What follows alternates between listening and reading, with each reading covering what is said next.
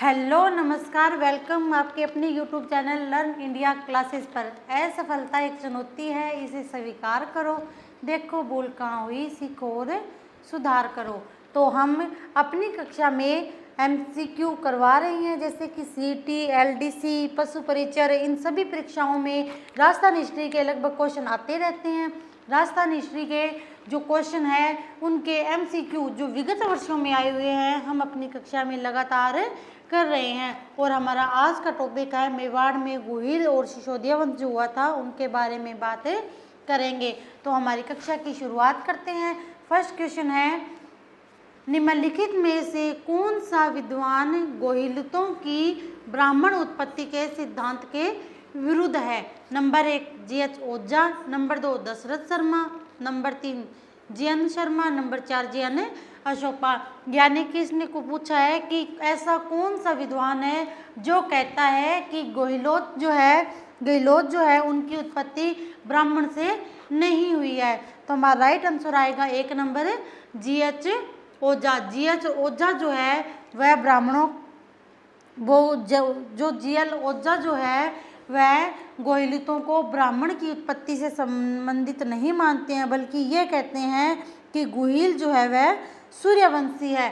G H. ओझा जो है वह गोहिलों को सूर्यवंशी मानते हैं और बाकी सभी जो है यह ब्राह्मण उत्पत्ति से संबंधित मानते हैं। तो हमारा राइट आंसर आएगा 1 नंबर जी.एच. ओझा। नेक्स्ट क्वेश्चन है, नैन्सी ख्यात में गोहिलों की कितनी शाखाओं का उल्लेख मिलता है? मेहनोत नैन्सी जो है उनके द्वारा नैन्सी ख्यात लिखी गई है, तो उसमें गोहिलों की कितनी शाखाओं के बारे में बताया गया है? Number 1 24, number 2 36, number 3 42, number 4 20।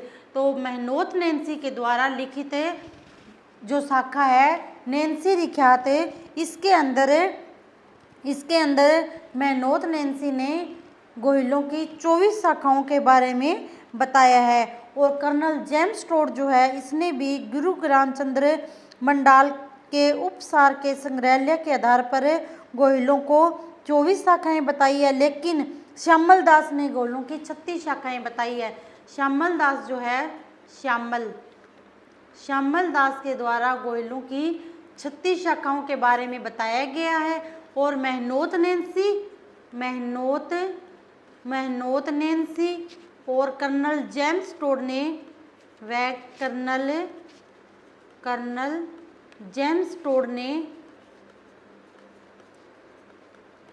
Colonel James Tod ने गोहिलों की 24 शाखाओं के बारे में बताया है। नेक्स्ट क्वेश्चन है, बप्पा रावल का मूल नाम था? नंबर 1 अल्लट, नंबर 2 गुहाध्विजय, नंबर 3 काला भोज, नंबर 4 महेंद्रदित्य। बप्पा रावल का मूल नाम जो है वह काल भोज था और इनका समय जो था वह था 734 ईस्वी से लेकर 753 ईस्वी तक इन्होंने शासन किया था। बप्पा रावल ने चित्तौड़गढ़ के मानमोर को चित्तौड़गढ़ के मानमोरी को हटाकर चित्तौड़गढ़ पर अपना शासन किया था और गुहिल साम्राज्य की वास्तविक स्थापना की थी। तो बप्पा रावल का मूल नाम क्या है? काल भोज। नेक्स्ट क्वेश्चन है, गुहिल वंश का पहला शासक कौन था? Number 1 Amar Singh, number 2 Bappa Rawal, number 3 Rana Hamir, number 4 Kshetra Singh. तो गुहिल वंश का प्रथम शासक जो था वह था बप्पा रावल। बप्पा रावल के द्वारा चित्तौड़गढ़ में मानमोरी को हराकर चित्तौड़गढ़ में अपने साम्राज्य की यानी कि गुहिल साम्राज्य की नींव रखी और इन्हें ही गुहिल साम्राज्य का वास्तविक संस्थापक माना जाता है। हमारा नेक्स्ट क्वेश्चन है, 734 ईस्वी तक राजस्थान में मौर्य वंश का शासक कौन था जो बाद में बप्पा रावल द्वारा मारा गया था? Number 1 Nagabhata, number 2 Manmori, number 3 Billuka, number 4 Kakuka. तो मानमोरी को मारकर बप्पा रावल ने मौर्य वंश का जो शासन है वहीं पे समाप्त कर दिया था और गुहिल वंश के शासन की स्थापना कर दी थी। तो हमारा राइट आंसर आएगा 2 नंबर मानमोरी। हम जो ये क्वेश्चन जो है यह सभी क्वेश्चन विगत वर्षों की परीक्षाओं में आए हुए हैं, लगातार वही क्वेश्चन कर रहे हैं। नेक्स्ट क्वेश्चन है, निम्नलिखित में से कौन सा काल कर्मानुक्रम की दृष्टि से सही है? नंबर 1 जेतर सिंह, समर सिंह, तेज सिंह। नंबर 2 समर सिंह, तेज सिंह, जेतर सिंह। नंबर 3 जेतर सिंह, तेज सिंह, समर सिंह। नंबर 4 तेज सिंह, समर सिंह, जेतर सिंह। तो इसने पूछा है काल कर्मानुसार की दृष्टि से कौन सा सही है? तो हमारा राइट आंसर आएगा 3 नंबर जेतर सिंह, उसके बाद आए थे तेज सिंह और उसके बाद आए थे समर सिंह। जेतर सिंह तो आए थे 1213 ईस्वी में, तेज सिंह जो है वह आए थे 1253 ईस्वी में और समर सिंह जो है वह आए थे 1273 ईस्वी में।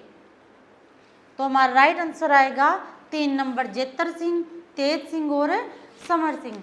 नेक्स्ट क्वेश्चन है, जेतर सिंह था, जेतर सिंह कहाँ का शासक था? इसने पूछा है जेतर सिंह कहाँ का शासक था? नंबर 1 जालोर का शासक, नंबर 2 मेवाड़ का शासक, नंबर 3 रणथंभौर का शासक, नंबर 4 बूंदी का शासक। जेतर सिंह जो है वह मेवाड़ का शासक हुआ करता था। हमारा नेक्स्ट क्वेश्चन है, चित्तौड़ का राणा रतन सिंह किस वंश का था? Number 1 Chandel, number 2 Chauhan, number 3 Guhil, number 4 Parmar. तो राणा रतन सिंह जो है वह गुहिल वंश का माना जाता है और यह राणा रतन सिंह जो है वह गुहिल वंश का अंतिम शासक था। राणा रतन सिंह जो है वह गुहिल वंश का अंतिम शासक था।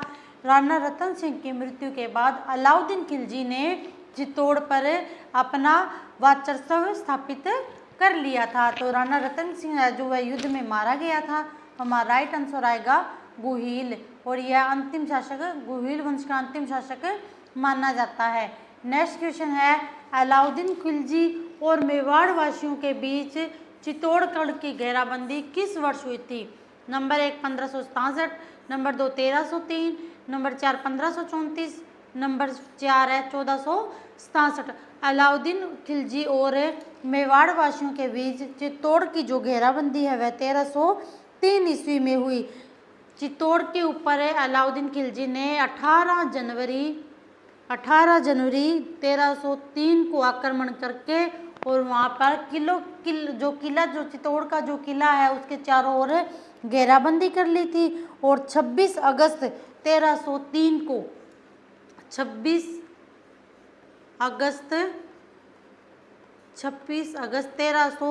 को रतन सिंह की मृत्यु के बाद अलाउद्दीन खिलजी ने चित्तौड़ पर अपना अधिकार कर लिया था और चित्तौड़गढ़ का नाम बदल कर खिजराबाद कर दिया था। नेक्स्ट क्वेश्चन है, किस रचना में अमीर खुसरो ने चित्तौड़ पर अलाउद्दीन खिलजी के आक्रमण का वर्णन किया है? Number 1 Khazainul Futuh, number 2 Nuh Sipihr, number 3 Tughlaqnama, number 4 है मिफ्ताह उल फतूह। तो खजाइन उल फतूह के अंदर अलाउद्दीन खिलजी ने जो चित्तौड़ पर आक्रमण किया था उसका वर्णन अमीर खुसरो ने किया है। और जब चित्तौड़ पर आक्रमण करने के लिए अलाउद्दीन खिलजी चित्तौड़गढ़ में आए थे तो उस समय अमीर खुसरो जो था वह उनके साथ था और उसने उस युद्ध का आंखों देखा वर्णन किया है। नेक्स्ट क्वेश्चन है, 1303 में चित्तौड़ अभियान के दौरान जो मुस्लिम इतिहासकार अलाउद्दीन खिलजी के साथ गया था वह कौन था? Number 1 Ziauddin Barani, number 2 Isami, number 3 Minhaj ul Siraj, number 4 Amir Khusro. तो अमीर खुसरो जो है वह अलाउद्दीन खिलजी का जो चित्तौड़ अभियान था उसमें उनके साथ गया था और उसने उस युद्ध के संबंध में आंखों देखा जो हाल है उसका वर्णन अपनी पुस्तक खजाइन उल फतूह के अंदर किया है। नेक्स्ट क्वेश्चन है, वह राजपूत रानी जिसने अलाउद्दीन खिलजी के 1303 में चित्तौड़गढ़ पर कब्जा करने पर जोहर कर लिया था? Number 1 Padmavati, number 2 Padmini, number 3 Karmavati, number 4 है रूपमती। तो हमारा राइट आंसर आएगा 2 नंबर पद्मिनी। रानी पद्मिनी जो है इसने अलाउद्दीन खिलजी के 1303 में चित्तौड़गढ़ पर आक्रमण करने पर इसने जोहर कर लिया था और कई हजारों राजपूत स्त्रियों के साथ मिलकर इन्होंने इन्होंने जौहर किया था और यह राजस्थान का दूसरा और चित्तौड़गढ़ का पहला साका माना जाता है। नेक्स्ट क्वेश्चन है, गोरा और बादल ने किसकी रक्षा की थी? Number 1 Maharana Pratap, number 2 Padmini, number 3 Uday Singh, number 4 Kamalavati. तो गोरा और बादल जो है वह रानी पद्मिनी के भाई और चाचा थे और इन्होंने रानी पद्मिनी की रक्षा की थी। हमारा राइट आंसर आएगा 2 नंबर है Padmini.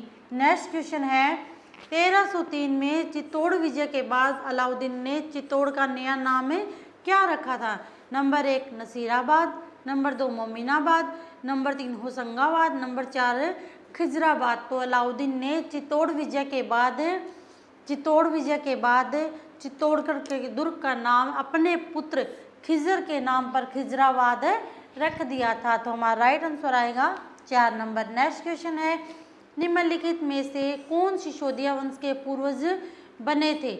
Number 1 Rana Uday Singh first, number 2 Rana Pratap, number 3 Rana Kumbha, number 4 Rana Hamir. तो हमारा राइट आंसर आएगा राणा हमीर। राणा हमीर जो है वह सिसोदिया वंश के पूर्वज बने थे। चित्तौड़गढ़ जो है उस पर 2 वंश का स्थापना रही है। 2 वंश जो है वह चित्तौड़गढ़ पे शासन किया था, पहला गोहिल वंश और सिसोदिया वंश। गोहिल वंश जो है इसका अंतिम शासक रतन सिंह था।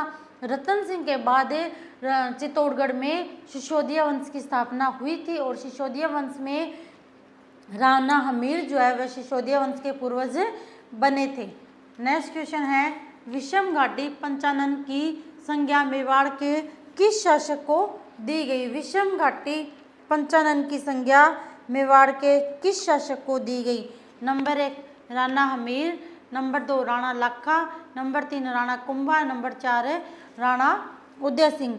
विषम घाटी पंचानन जो है जैसे का मतलब होता है विकट आक्रमणों में सिंह के समान खड़ा रहना व्यक्ति। राणा हमीर ने अपने जीवन में 17 युद्ध लड़े थे, जिनमें से यह 16 युद्ध जीते थे। तो हमारा राइट आंसर आएगा 1 नंबर राणा हमीर। राणा हमीर जो है इसे विषम घाटी पंचानन की संज्ञा भी दी जाती है। नेक्स्ट क्वेश्चन है, मेवाड़ के किस शासक के समय जावर में चांदी की खान से खनन प्राप्त हुआ था?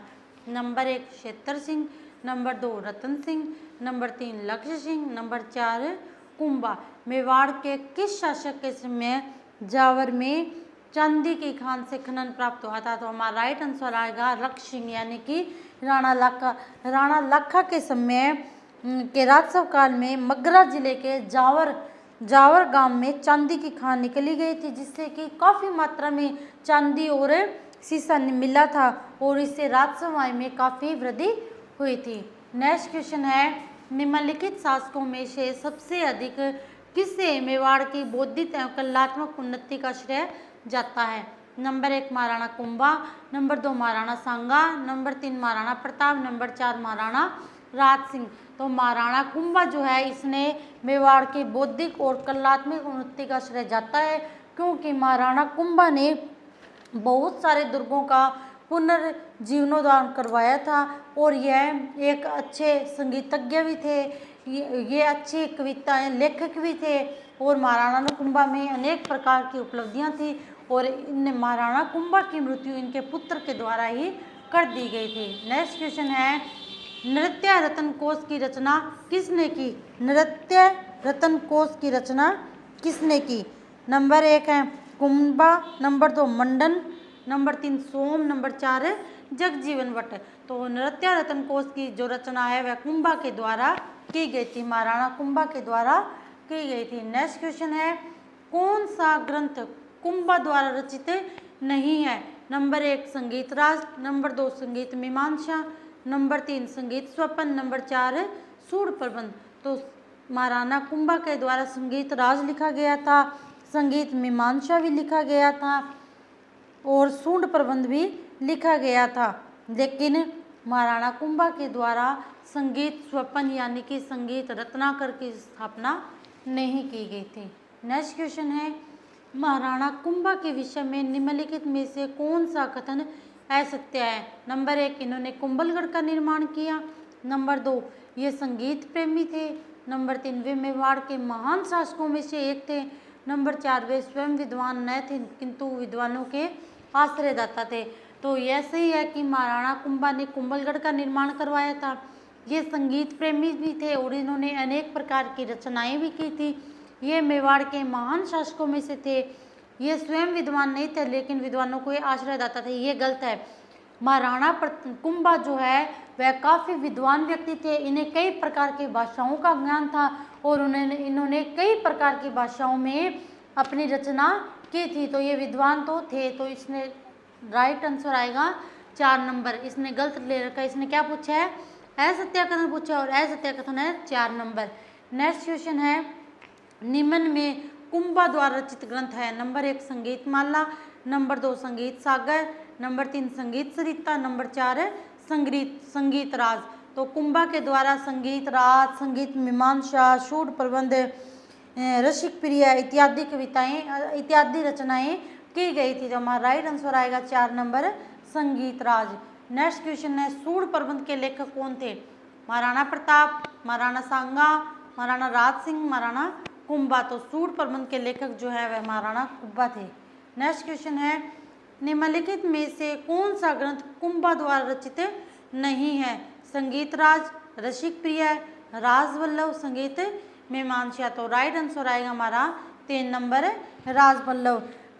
एग्जाम में ऐसे क्वेश्चन आते हैं कि उसमें एक जो है वह रचना अलग दे देंगे और बाकी कई रचनाएं जो है वह उस व्यक्ति की दे देंगे और उनमें से एक अलग को चूज करना होता है। तो हमारा राइट आंसर आएगा राजवल्लभ। राजवल्लभ की रचना जो महाराणा कुंभा के द्वारा नहीं की गई थी, संगीत राज, रसिक प्रिय, संगीत मीमांसा, सूड प्रबंध इत्यादि की रचना कुंभा के द्वारा की गई थी।